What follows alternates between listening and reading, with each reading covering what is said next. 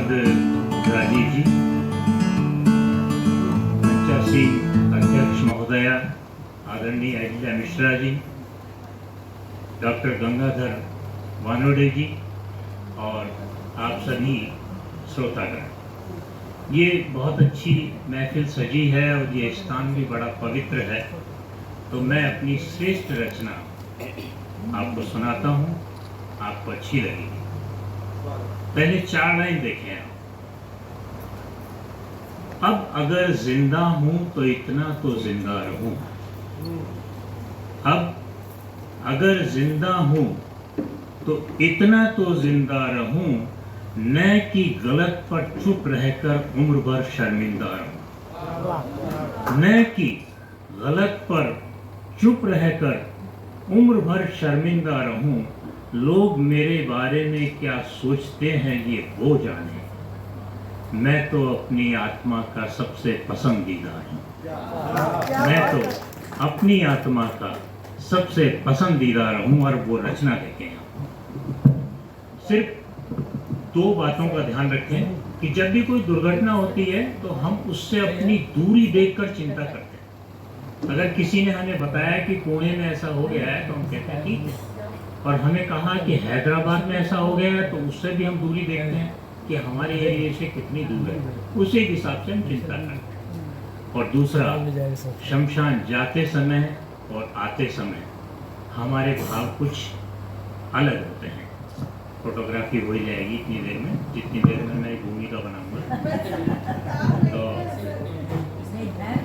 अब आप रचना देखें।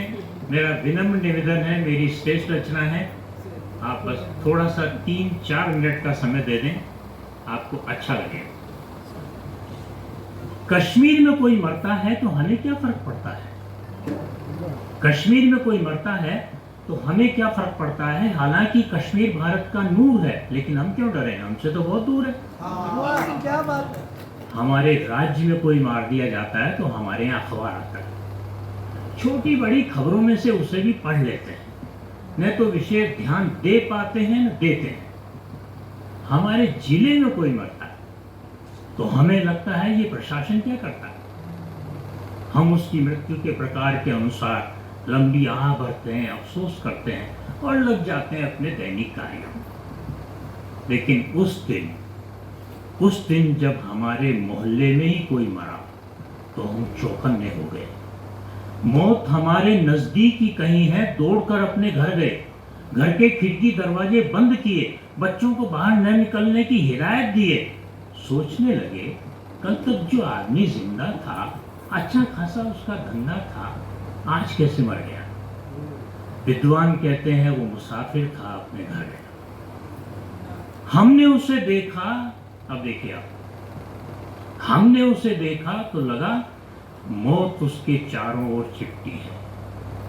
मुर्दे को छूने में कोई मर तो नहीं जाएंगे हम, लेकिन छू नहीं सकते। हमने उसे देखा तो लगा मौत उसके चारों ओर चिपटी है। छूने से चिपटने का अंदेशा है, क्योंकि मौत तो जिंदगी ढूंढती है, जीवन को खा जाना मृत्यु का पेशा है। क्योंकि मौत तो जिंदगी ढूंढती है, जीवन को खा जाना मृत्यु का पेशा है। और आप लाइन में देखें, कल तो उस घर में हम चाय भी पी आए थे। कल तो उस घर में हम चाय भी पी आए थे, आज हमें उस घर के पानी से भी भय है।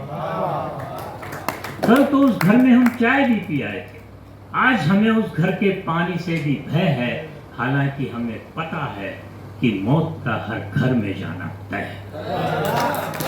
हालांकि हमें पता है कि मौत का हर घर में जाना तय है। ये सोचकर हम सुस्त हो गए, जाने किन ख्यालों में खो गए।